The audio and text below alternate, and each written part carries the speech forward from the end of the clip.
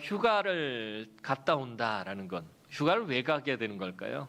그동안의 삶이 지치고 피곤한 것들을 풀기 위해서 휴가를 가곤 합니다. 우리가 살아가면서 이따가도 말씀드리겠지만 참 많이 하는 말 중에 하나가 참 피곤하다라는 말이에요. 오늘도 만난 성도님들 중에 인사하면서 목사님 피곤해요라는 말을 참 많이들 하셨습니다. 아마 우리 입에 많이 이렇게 달린 말들 중에 하나가 그런 말들인 것 같습니다. 얼마 전에 TV 광고 하나를 보고 빵 터져서 웃었던 적이 있었습니다. 탤런트 이성민 씨가 찍은 광고였습니다. 약간 지친 듯한 표정으로 있는 이성민 씨 옆에 어느 고등학생이 질문을 합니다. 아저씨 나이가 되면 인생을 좀 알게 될까요? 그러자 이성민 씨가 퉁명스럽게 대답합니다. 뭐라고 대답을 했을까요? 잠깐 그 짧은 그 광고 영상 한번 보도록 하겠습니다. 아저씨 나이가 되면 인생을 좀 알게 될까요? 네. 예? 피로를 알게 돼. 애들은 모르는. 보고 저는 빵 터졌어요. 너무 심각하잖아. 아이가 참 공부하다 지치고 막 인생이 뭘까 막 고민하다가 아저씨 나이가 되면은 인생을 좀 알게 될까 그랬더니 네. 피로를 알게 돼. 그런데 제가 얼마나 웃었는지 모릅니다. 어른들 나이가 되면은 피로를 알게 된다라는 거예요. 삶이 그냥 피로의 연속이다라는 그런 의미겠죠. TV 광고 중에서 가장 많은 광고가 무엇인지 아십니까? 피로회복제 광고가 제일 많다고 합니다.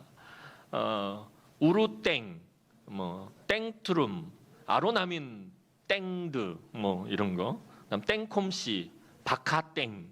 제가 땡을 치는 이유는 이게 광고를 하면 안 되기 때문에 비땡 500, 로얄땡, 뱀포땡 S, 정관땡 홍삼, 이렇게 해서. 하여튼 이거 말고도 엄청 많더라고요. 인터넷에 찾아보니까 피로 회복제 광고가 제일 많이 나오고 있다는 거예요. 이게 뭘 의미하는 것일까요? TV 광고 중에 피로 회복제 광고가 많다라는 것은 그만큼 사람들이 피로하고 피곤하다라는 것을 의미하는 것입니다.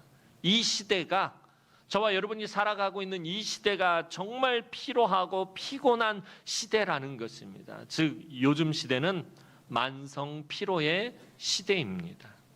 우리의 입에서 하루에 몇 번은 하는 말, 아까 말씀드렸던 것처럼 피곤해, 그죠? 아침부터 눈을 뜨면서 하는 말이 그거잖아요. 아침에 눈 뜨면서 피곤해, 잠을 그렇게 많이 잤는데 왜 이렇게 피곤해? 피로하단 말, 피곤하단 말 참 많이 합니다. 사람들 참 열심히 살아갑니다.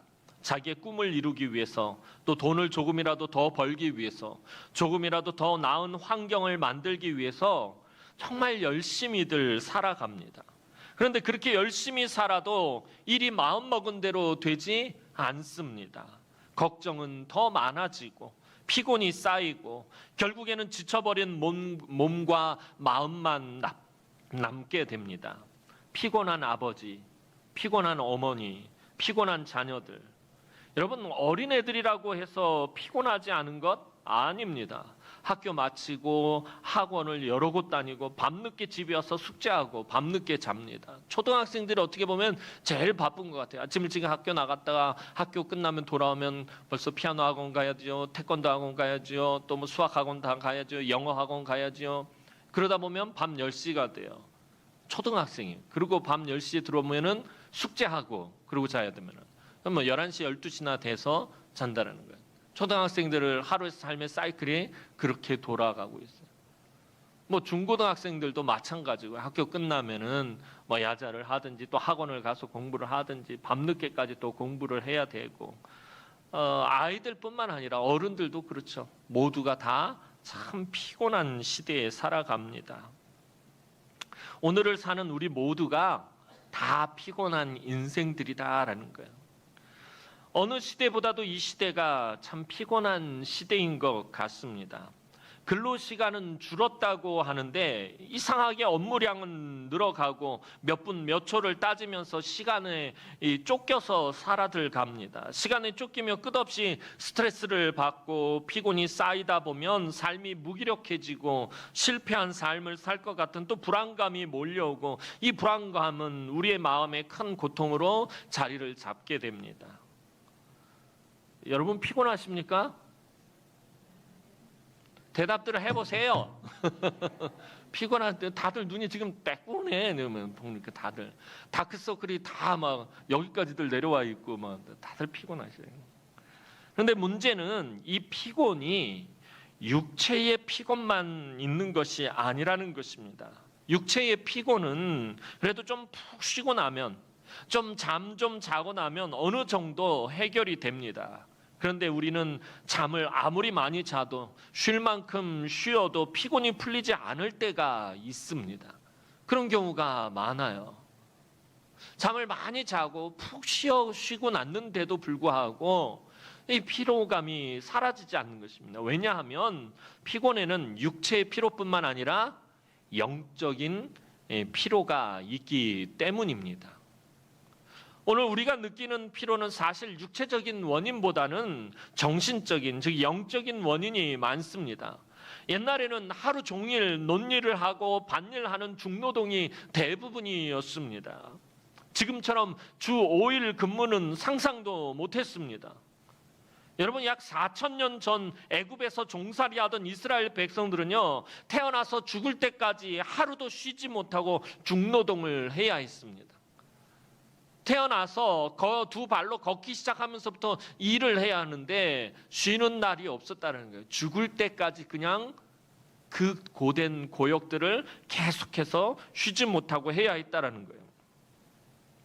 그에 비하면 오늘날은 노동 시간이 법으로 정해져 있습니다. 그런데도 왜 이렇게 피곤한 것입니까? 그것은 우리의 피곤이 사실은 영적인 것과 관련이 있기 때문입니다. 사실 우리 몸이 피곤한 것은 하나님께서 그렇게 만드셨기 때문입니다. 태초에 하나님이 사람을 창조하실 때에 우리 몸에 제한된 힘을 담아 놓으셨습니다. 힘을 무제한적으로 쓰게 우리 몸을 만들어 놓으신 것이 아니라 우리가 쓸 수 있는 힘을 제한시켜 놓았단 말이에요.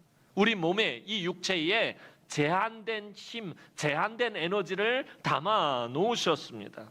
그런데 제한된 힘 이상을 사용하면 사람의 몸이 어떻게 됩니까? 과부하가 걸리게 됩니다.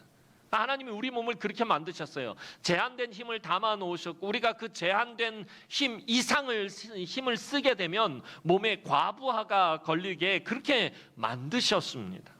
그것이 피곤입니다. 과부하가 걸리면 쉬어야 정상적으로 돌아올 수 있도록 하나님이 우리 몸을 만드셨다는 거예요.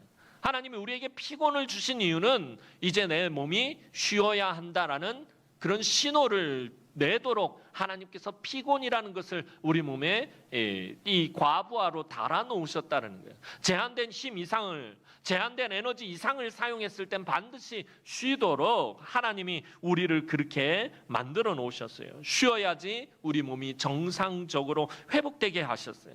그래서 하나님은 일곱째 날 안식하심으로 먼저 안식의 모범을 보이셨습니다. 하나님이 안식하신 것은 천지를 창조하시고 하나님이 피곤하셔서 안식하신 것이 아니에요. 첫째 날 뭘 만드시고 둘째 날 뭐 만드시고 나서 여섯째 날까지 만드셨더니 주님이 하나님이 아이고 난 피곤해서 안 되겠다. 일곱째 날은 쉬어야 되겠다. 그래서 안식하셨더라. 성경은 그렇게 말하지 않아요. 하나님이 안식하신 이유도 만드신 사람을 위해서 안식하셨던 거예요. 사람이 쉴 수 있도록 하나님이 먼저 안식의 모범을 보이신 것입니다. 그래서 우리가 이 세상을 살아가면서 피곤하다라는 것 그 자체는 사실 하나님의 창조 섭리입니다. 약 3,000년 전에 살았던 지혜의 왕 솔로몬도 아주 피곤했습니다. 전도서 1장 8절 상반절 말씀 한번 보도록 하겠습니다. 전도서 1장 8절 상반절 말씀입니다. 시작. 모든 만물이 피곤하다는 것을 사람이 다 말할 수는 없나니.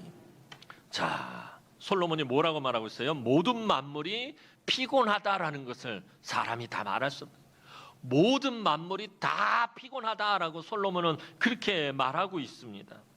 세상에서 가장 똑똑한 사람이, 세상에서 가장 부유하고 풍요로운 사람이 하는 말이 뭐예요? 모든 것이 다 피곤하다는 거예요. 지혜의 왕이었던 솔로몬이 하는 말이 이 세상의 모든 것이 다 피곤하다라고 말하고 있어요. 3000년 전에 살았던 사람도 피곤한데 그때보다 수백 배, 수천 배는 더 바쁘게 살아가는, 그때보다 더 많은 정보량을 가지고 더 바쁘게 살아가는 오늘날 우리가 왜 안 피곤하겠습니까? 여러분, 피곤한 게 이게 당연한 것입니다. 그게 자연스러운 것입니다.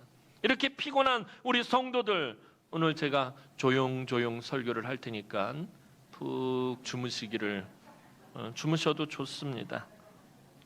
뭐 그럴 수도 있지. 일주일 동안 세상살이 하면서 얼마나들 피곤하셨어요? 얼마나 지치셨어요? 얼마나 고통스러우셨어요? 주일날 와서 이 설교 시간에라도 좀 푹 주무셔야지. 아유, 그래도 나가면서 아유, 목사님 말씀에 아유, 잘 잤습니다. 아유, 개운해라고 좀 하고 가셔야지 제가 속이 좀 편할 것 같아요. 그래서 오늘은 조금 톤을 낮춰서 조용조용히 이렇게 설교를 할 테니까 귀는 열어두세요, 대신. 그리고 너무 노골적으로 이렇게 주무시지는 마시고 이렇게 좀 잘 안 들키게 잘 주무시기를 바랍니다. 자, 오늘 히브리서 기자는 이렇게 피곤한 삶을 사는 우리, 피곤한 인생인 우리에게 이렇게 말씀을 합니다. 오늘 본문 3절 말씀 한번 보도록 하겠습니다. 오늘 본문 3절 말씀입니다. 시작. 너희가 피곤하여 낙심하지 않기 위하여 죄인들이 이같이 거역한 일을 참을 일을 생각하라. 성경을 많이 읽어보신 분들은 아시겠지만 성경을 읽다 보면은, 묵상하다 보면 이 피곤함에 대한 이야기들이 의외로 많이 나옵니다. 그러니까 하나님이 우리 피곤에 대해서 잘 아시는 거예요. 그렇게 만들어 놓으셨기 때문에. 그래서 히브리서 기자도 이렇게 피곤한 우리들에게 너희가 피곤하여 낙심하지 않기 위하여 죄인들이 이같이 자기에게 거역한 일을 참으신 일을 생각하라 라고 우리에게 말씀하고 있습니다. 우리가 이 땅을 살아가다 보면 피곤할 수밖에 없어요. 아까 말씀드렸던 것처럼 하나님 그렇게 만들어 놓으셨기 때문에. 우리가 제한된 힘 이상을 사용해 버렸을 때, 우리가 과로했을 때 피곤할 수밖에 없어요. 그런데 피곤 때문에 낙심하지 않기 위해서는 예수를 생각하라라고 히브리서 기자는 오늘 우리에게 말하고 있다라는 것입니다. 히브리서 기자가 피곤한 우리들에게 추천하는 최고의 피로 회복제가 뭐예요? 최고의 피로 회복제, 예수를 생각하라라는 거예요. 예수를 생각하라가 최고의 피로 회복제라고 오늘 우리에게 말하고 있어요. 왜 히브리서 기자는 예수를 생각하라라고 말하고 있는? 왜 피곤하고 지치고 고단하고 곤고한 우리들에게 왜 예수를 생각하라라고 말하고 있는 것입니까? 문득 어느 목사님이 하신 말씀이 생각이 났습니다. 고난을 당해서 힘겨울 때, 목사님도 지치고 고단하고 피곤할 때 항상 자신에게 큰 위로가 되어준 성도를 생각하면 새 힘을 얻게 된다라고 말하는, 예전에 어떤 집회에 오셨던 목사님 말씀이 생각이 났어요. 사실 우리도 힘들고 어려운 일을 만나서 낙심될 때 누군가를 떠올리며 위로를 얻을 때가 있습니다. 저도 참 힘들었던 시절 저에게 많은 힘이 되어주고 위로해 주시고 격려해 주셨던 장로님, 권사님들이 이따금씩 생각이 났어요. 햇병아리 전도사 시절에 막 실수투성이고 제가 얼마나 덜렁대고 덤벙댔겠어요. 이리 쿵 저리 쿵 좌충우돌 정말 이런 실수 저런 실수 막 할 때마다 늘 격려해 주셨던 장로님, 늘 칭찬해 주셨던 권사님, 지금도 생각하면은 막 힘이 막 싹싹 돋아요. 여러분들도 그러지 않겠어요? 살아오면서 참 위로가 되었던 그분, 참 지치고 힘들었을 때, 외로웠을 때, 쓸쓸했을 때, 서글펐을 때 나에게 힘이 되어주고 위로가 되어줬던 그분을 생각을 하면은 참 다시 힘을 얻을 때가 있다라는 것입니다. 사람은 누구나 힘들고 어려울 때 생각나는 사람이 있습니다. 그것이 부모님일 수도 있고요, 스승님일 수도 있고, 친한 친구일 수도 있고, 자기의 롤 모델인 누군가일 수도 있습니다. 그 사람을 생각하면 자기도 모르게 무언가 위로를 얻고 격려를 얻고 도전을 받게 됩니다. 예전에 미국의 어느 칼럼니스트가 쓴 글이 생각이 났습니다. 되게 유명한 이 칼럼니스트였는데 그 사람은 자신이 참 힘들고 지치고 피곤하고 실패할 때마다, 자기가 막 실수하고 실패할 때마다 늘 생각하는 사람이 있다고 해요. 그 사람만 생각하면 다시 힘을 얻고, 와, 저 사람에 비하면 나는 정말 행복한 거, 난 정말 잘하고 있는 거지라고 그렇게 생각하는 사람이 있다고 합니다. 그리고 그 사람에 대해서 이렇게 소개하고 있었습니다.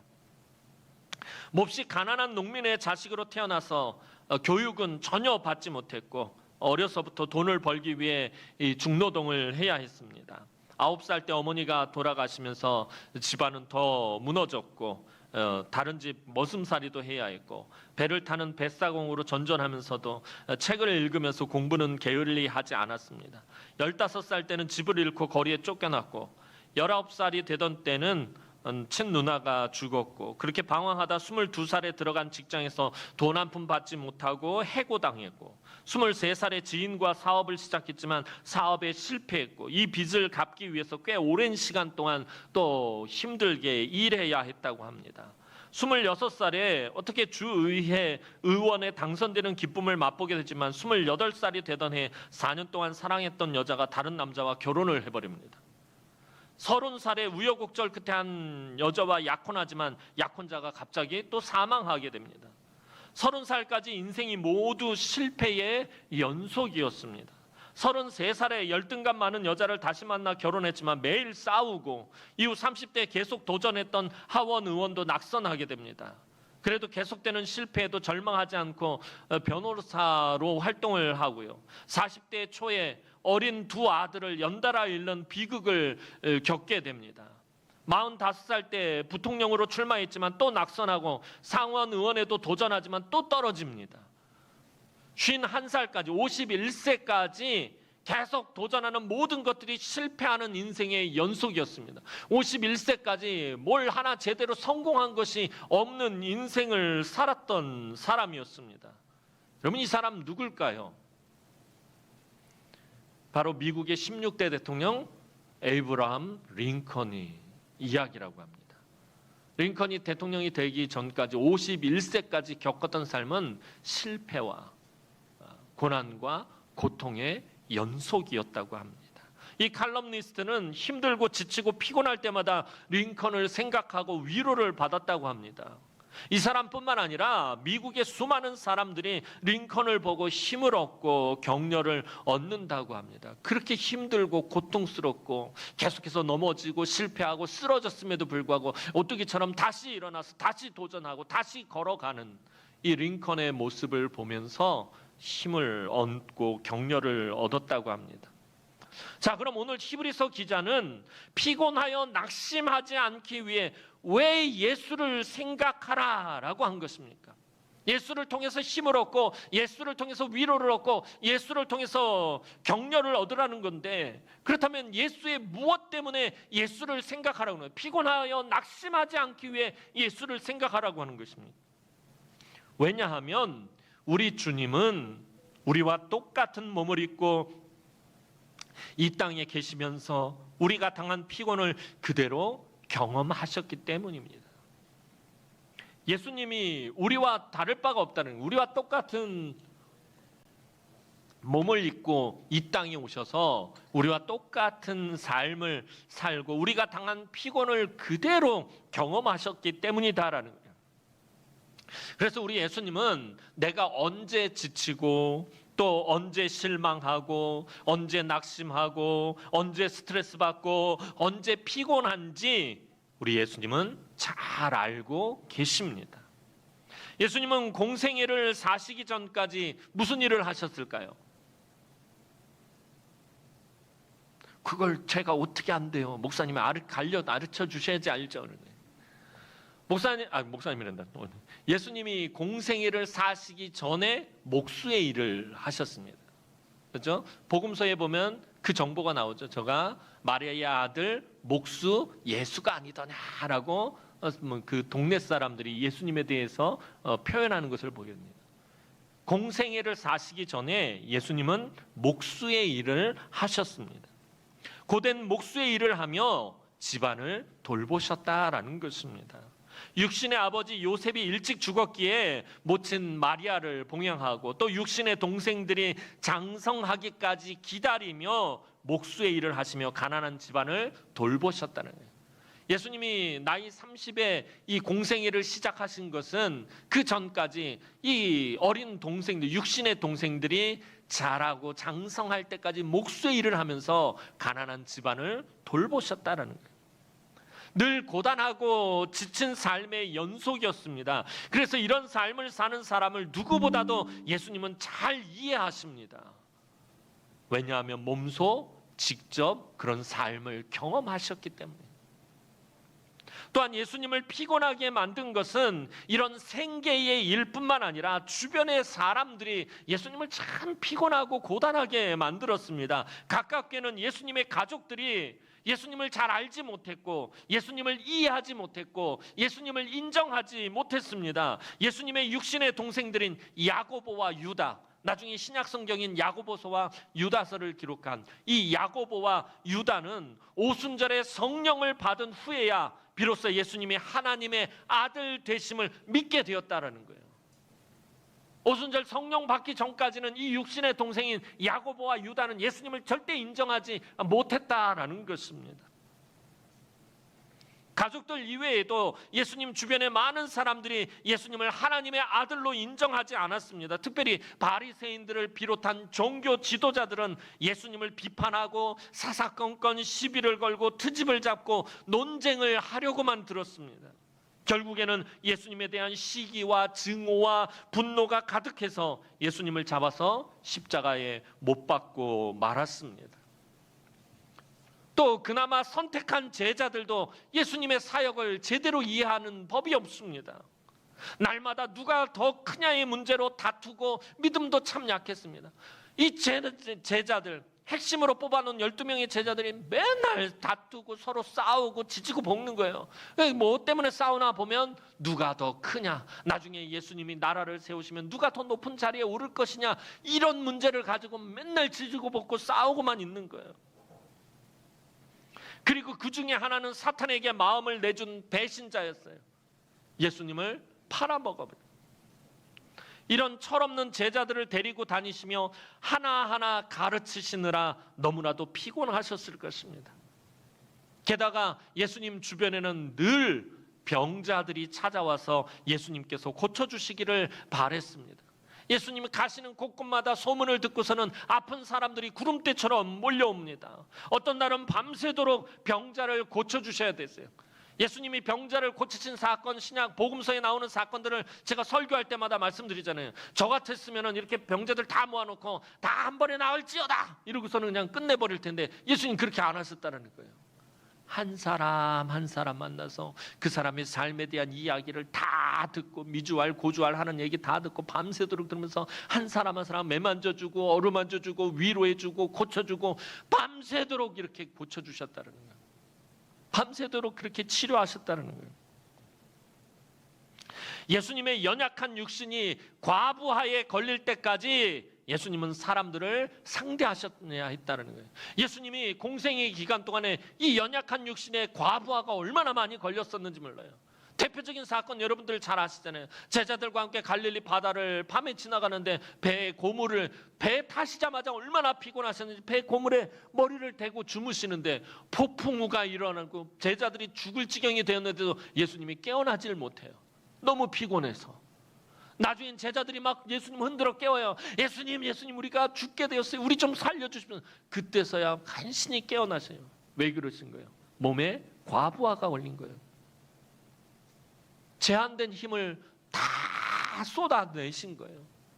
연약한 육신에 있는 에너지를 다 쏟아내신 거예요. 과부하가 걸려서 너무 과로하고 피곤하셨던 거예요.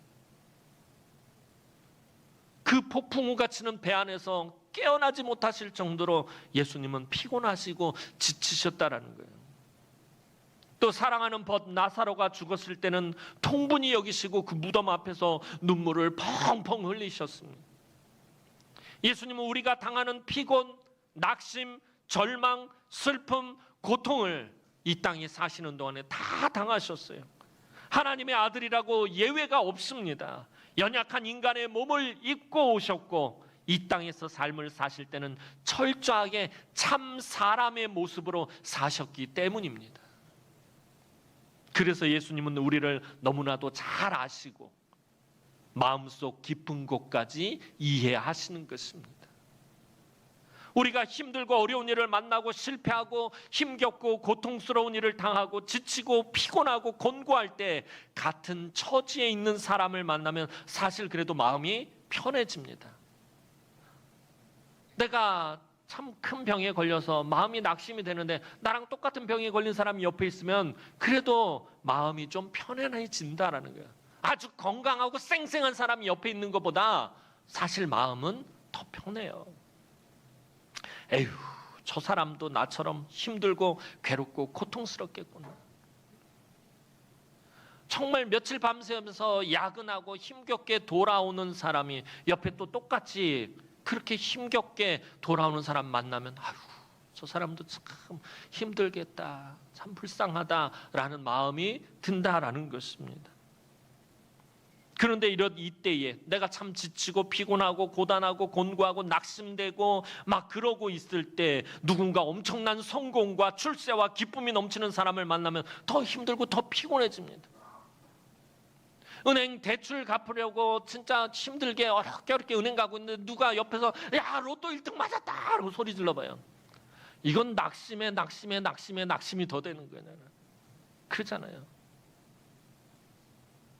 똑같이 나와 똑같은 상황이 처해 있는 사람이 옆에 있으면은 그냥 그래도 위로가 되고 마음이 편안하고 그 사람도 불쌍히 여기는 마음이 들지만 누군가 엄청난 성공과 출세와 기쁨에 넘치는 사람을 만나면 사실 더 힘들어지고 더 피곤해집니다. 어떤 때는 억장이 무너집니다.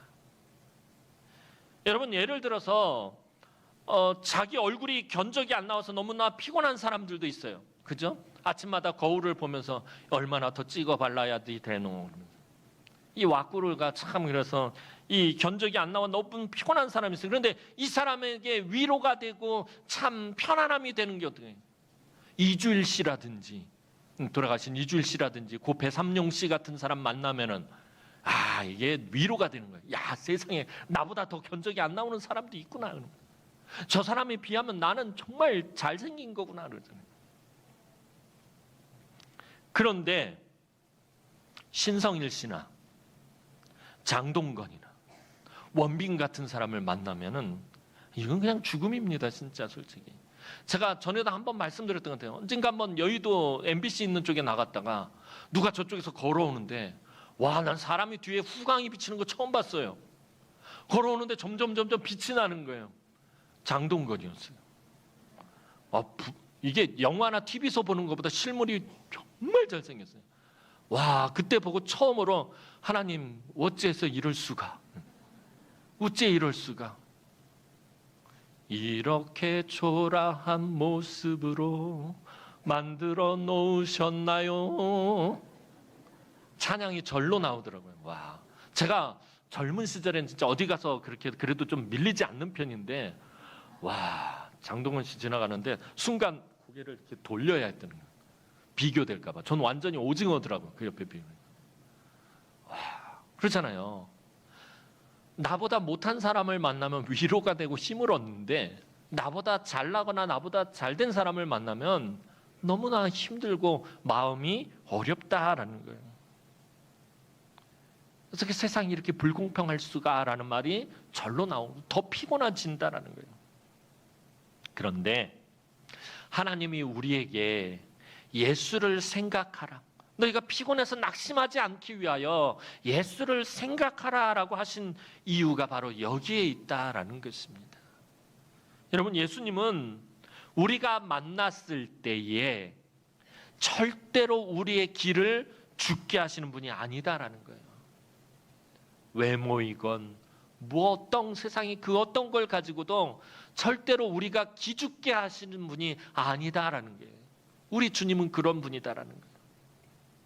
이사야 선지자는 예수님에 대해서 이렇게 묘사하고 있어요. 여러분들 너무나 잘 아시는 말씀이에요. 이사야 53장 2절에서 3절 말씀 우리 다 함께 읽어보도록 하겠습니다. 시작.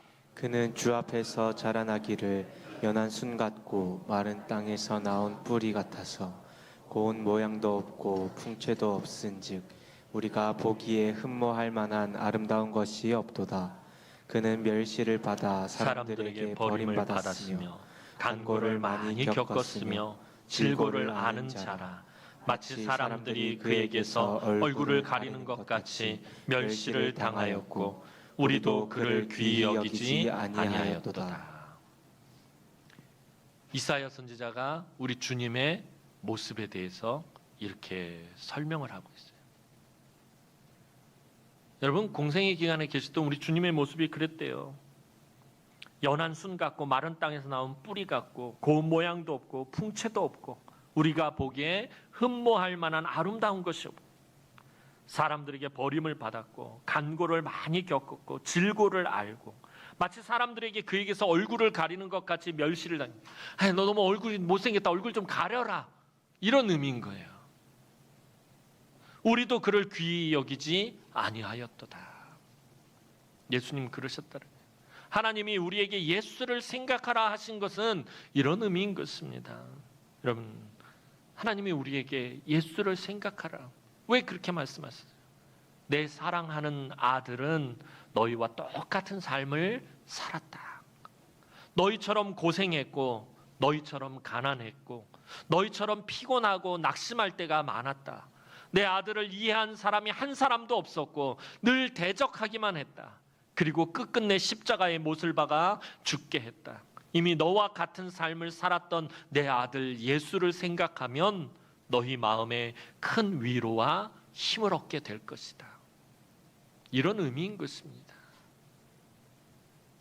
또한 히브리서 기자가 예수를 생각하라라고 말한 이유는 예수님만이 우리의 돕는 자가 되시기 때문입니다. 예수님은 하나님 되시는 분이십니다. 구약에서부터 이미 하나님은 우리의 돕는 자가 되심을 계속해서 강조하고 계십니다. 구약 성경을 여러분들 읽어나가다 보면 하나님이 곳곳에서 계속해서 강조하시는 게 뭐예요? 나는 너희를 돕는 자다. 내가 도울 것이다. 내가 함께할 것이다. 내가 함께하며 너를 도와줄 것이다 라고 하나님 계속해서 강조해서 말씀하고 있다라는 것입니다. 여러분, 다윗은 시편 18편 2절에서 이렇게 노래하고 있습니다. 시편 18편 2절 말씀 한번 읽겠습니다. 시작. 여호와는 나의 반석이시요 나의 요새시요 나를 건지시는 이시요 나의 하나님이시요 내가 그 안에 피할 나의 바위시요 나의 방패시요 나의 구원의 뿌리시요 나의 산성이시로다. 다윗이 여기서만 노래를 한 것이 아니라 다윗의 시편의 곳곳을 쳐다보면 다윗이 계속 노래하는 게 뭐예요? 하나님은 나의 돕는 자라는 거예요. 내가 어떤 상황 가운데 있을지라도 하나님은 나의 돕는 자라고 계속해서 노래하고 있다는 거예요. 이사야 선지자도 이사야서 40장 28절 29절에서 이렇게 고백하고 있습니다. 이사야서 40장 28절에서 29절 말씀 보겠습니다. 시작. 영원하신 하나님 여호와 땅끝까지 창조하신 이는 피곤하지 않으시며 곤비하지 않으시며 명철이 한이 없으시며 피곤한 자에게는 능력을 주시며 무능한 자에게는 힘을 더하시나니. 성경 곳곳에서는요, 피곤한 사람들에게 하나님이 어떤 은혜들을 베푸시는지 계속해서 말하고 있어요. 아까 말씀드렸던 것처럼 하나님이 우리를 그렇게 만드셨기 때문에 피곤하고 지칠 때 하나님이 우리를 도우시는 이유가 거기 있는 거예요. 하나님 그렇게 만들어 놓으셨기 때문에. 피곤한 자에게는 능력을 주신다라고 말씀하고 계셔요. 하나님은 피곤한 우리들에게 힘과 능력을 공급하시며 돕는 분이시라는 것입니다. 이 세상 그 무엇과도 비교할 수 없는 최고의 피로 회복제 되시는 분이 우리 주님이십니다. 이를 히브리서 기자도 또 다른 곳에서 언급하고 있습니다. 히브리서 4장 16절 말씀 보겠습니다. 히브리서 4장 16절 말씀입니다. 시작. 그러므로 우리는 긍휼하심을 받고 때를 따라 돕는 은혜를 얻기 위하여 은혜의 보좌 앞에 담대히 나아가시니라. 하나님은 우리가 피곤하고 지칠 때는 피곤하고 지칠 때에 알맞은 은혜를 준비해 놓으셨다는 거예요. 때를 따라 돕는 은혜가 뭐예요?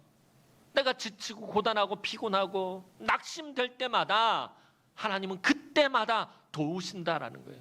은혜를 베풀어 주신다라는 거예요. 힘들고 어려운 일로 고난을 당할 때는 그 고난을 견딜 수 있는 은혜를 준비해 놓으십니다. 때를 따라 돕는 은혜를 준비하시고 우리의 돕는 자가 되십니다. 예수님도 말씀하십니다. 마태복음 11장 28절 말씀 보도록 하겠습니다. 마태복음 11장 28절 말씀입니다. 시작. 수고하고 무거운 짐진 자들아 내게로 오라. 내가 너희를 쉬게 하리라. 수고하고 무거운 짐진 자들. 다시 말하면 뭐예요? 피곤하고 고단한 자들아 다 내게로 오라. 내가 너에게 쉼을 줄 것이다. 내가 진 짐은 쉽고 무겁지 않다는 거예요. 무슨 말이냐면 주님이 대신 져주시겠다라는 것이죠. 예수님은 우리가 이 땅을 살아가면서 얼마나 무거운 인생의 짐을 지고 가는지 잘 알고 계십니다. 그래서 예수님께 나아가면 쉼의 은혜를 베풀어 주십니다. 그래서 오늘 히브리서 기자는 피곤하여 낙심될 때 예수를 생각하라라고 말씀하시는 것입니다. 사랑하는 성도 여러분, 삶의 여러 가지 일들로 피곤하십니까? 여러분들 지치고 고단하고 피로하십니까? 남편이 너무 밉고 아내가 밉습니까? 속썩이는 자식이 밉고 모든 일이 내 마음대로 되지 않아서 마음이 상하고 바쁜 일상으로 지치고 낙심되십니까? 이때에 유일한 우리의 돕는 자이며 위로자이신 예수를 생각하시기 바랍니다. 사도 바울도 로마서 8장 18절에서 말합니다. 로마서 8장 18절 말씀 보겠습니다. 시작. 현재의 고난은 장차 우리에게 나타날 영광과 비교할 수 없다. 지금 여러분을 지치고 피곤하게 하는 일이 장차 우리 주 예수 그리스도께서 나에게 주실 영광과 비교하면 아무것도 아니라는 것입니다. 고난 중에 지치고 힘들고 피곤할 때에 예수님을 생각하면 예수님만이 주시는 은혜가 부어집니다. 예수님도 우리와 똑같은 삶을 사셨기 때문에 이 땅에서 예수님도 우리가 당했던 모든 것들, 몸의 육신의 과부하가 걸리는 것들, 과로하고 피로하고 피곤하고 고단하고 지치고 삶이 참 낙심되는 것들 예수님도 몸소 다 경험하셨어요. 그렇기 때문에 가장 적절한 은혜를 내려주십니다. 인생에 대해 사도 바울이 내린 결론이 무엇입니까? 내가 나 된 것은 다 하나님의 은혜라. 우리가 어떤 상황, 어떤 처지, 어떤 형편 가운데 있어도 하나님이 부어주시는 그 은혜가 나를 나 되게 하는 것입니다. 내가 지치고 고단하고 피곤하고 낙심될 때에 우리 주님이 부어주시는 그 은혜가 바로 나 되게 한다라는 것입니다. 우리 주님은 절대로 피곤하여 낙심한 여러분을 외면하지 않으십니다. 여러분이 예수를 생각하기만 하면 여러분이 지치고 고단하고 피곤하고 때로 여러분의 그 인생의 과부하가 걸려서 무엇을 해야 될지 어떻게 해야 될지 몰라 할 때 낙심할 때에 예수를 생각하기만 하면 말로 다 못할 은혜를 부어주신다라는 것입니다. 그 은혜가 여러분을 살리는 것이고 그 은혜가 여러분을 회복시키는 것이고 그 은혜가 여러분에게 새 힘을 주는 것입니다. 여러분들의 자녀들이, 여러분들 손자, 손녀들이 여러분들에게 아까 우리가 보았던 광고 있죠? 그것처럼 물을 수 있어요. 할아버지, 할머니 나이가 되면 인생을 좀 알까요? 네. 예수를 알게 돼. 라고 대답하는 여러분들이 되었으면 좋겠어요. 우리 장모님, 권사님 나이쯤 되면은 인생을 알게 됩니까? 라고 누군가 물어볼 때 예수를 알게 됩니다. 라고 대답하는 우리 장모님, 권사님, 우리 성도들이 되었으면 좋겠습니다. 오늘도 믿음의 주요 온전케 하시는 예수만 바라볼 때 우리 주님만이 주시는 위로와 힘과 능력과 은혜를 충만하게 받아 누리시는 우리 남흥의 모든 성도들이 되기를 주님의 이름으로 축원합니다. 기도드리겠습니다.